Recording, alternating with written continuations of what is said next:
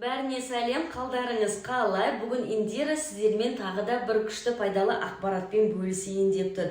Бүгінгі біздің тақырып бет күтімі жайлы.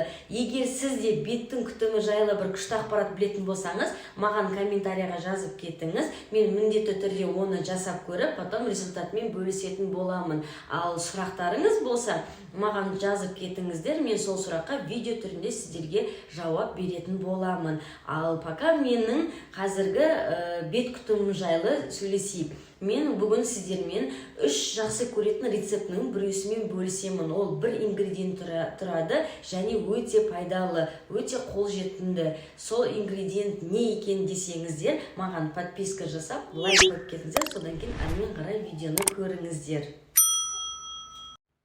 Қыздар, біз өзімізге мойындайық, біз жоқ дегенде кемінде 5000 теңге біз жаңағы уходовый косметикаға магазинде тастап кетеміз. Ол дұрыс, ол біздің ең бастысы жаңағы тіс жуған сияқты, ол бізге өте маңызды болу керек. Бет күтімі деген, бетіңіз әрдайым осындай табиғи жылтырлап, бетіңіз таза, аппақ болып тұрса, ол сіздің ішкі жан дүниеңіздің сұлулығын, көңіл күйіңіздің, өзіңіздің қазіргі состояниеңізді білдіреді. Сол үшін бет күтімі, шаш күтімі негізінде қыз балаға ол өте маңызды.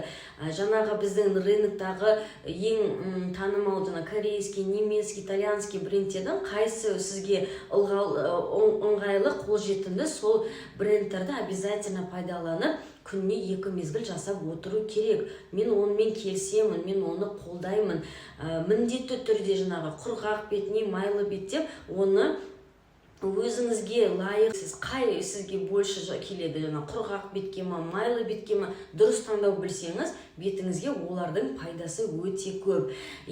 Ол міндетті түрде жасалыну керек, бірақ одан бөлек үй жағдайында да жасап отыруға болады. Мысалға, қаражат жетпей қалды, не креміңіз біт қалды, үлгере алмай жатсыңыз, одан да бөлек күнделікті ол әдет ретінде аптасына 2 рет үй жағдайындағы масканы жасайтын болсаңыз, мен сізге гарантия берем, бетіңіз менікінде жылтырап, әрдайым табиғи сұлулығын ұстап, керек емес дақтар шықпай, жап-жас болып бетіңіз тұратын болады. Менің ең сүйікті маскаларымның бірі ол күріш суынан. Негізі күріш суының не только бетке, шашқа да пайдасы өте көп. Күріш суын шашыңызға суымен шашыңызды жуып шаятын болсаңыз, шашыңыз тез өсетін болады. 2 айда шашыңызды өлшеп тексеріп көріңізші, прям результатты көресіз.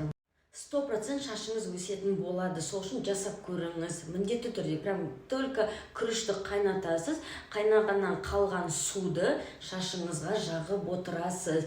Плантацияда бар ғой, қай ұлт екенін білмеймін, тауып алсам, мына жерге қалдырып кетемін. Сол кісілердің шаштары өте ұзын болады, өйткені олар күріш плантасында жұмыс жасайды. Шаштарын сол күріш суына әрдайым үнемі бастарын сол күріш суына жуады. Сол себепті ол кісілердің шаштары ұзын, қалың, жылтыр. Енді олардың качествосы шашының керемет. Сол үшін мен сізге 100% айта аламын, жасап көріңіз.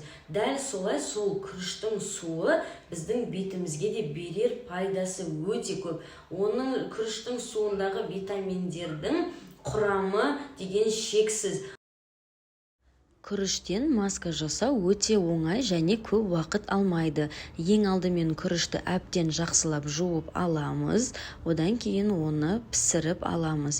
Егер күрішке суды көп құятын болсаңыз, қалған суын сүзіп алып, ол суына шашыңызды шайсаңыз өте жақсы пайдалы. Ал піскен күрішті ең алдымен марлаға, яғни сеточный тряпкаға салып, әбден сығамыз видеодағыдай. Сол кесеге сығылған суды бетімізге жағамыз.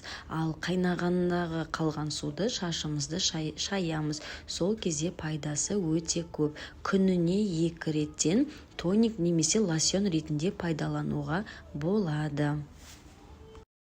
Күріштің ешқандай бетке, шашқа зияны жоқ. Ол ешқандай аллергия немесе қоздыру, қызарту болмайды. Сол себепті қорықпай жасап көрсеңіз болады. Результат болу үшін кем дегенде 2 ай тоқтатпай жасау керек.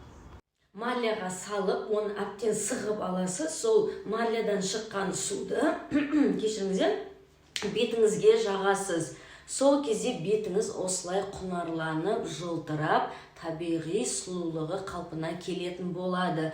Міндетті түрде жасап көріңіз. Ол күріш суының ешқандай зияны жоқ.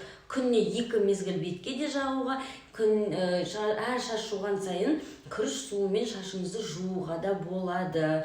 Міндетті түрде жасап көріңіз. Результат болсын десеңіз, кем дегенде 2 ай тоқтатпай істеңіз. Сол кезде менікінде результатқа жетесіз. Жасап көргеннен кейін сізге пайдасы тисе, маған астына жазып, менімен бөлісе кетіңіз. Мен өте қуанышты боламын сізге пайдам тиген үшін.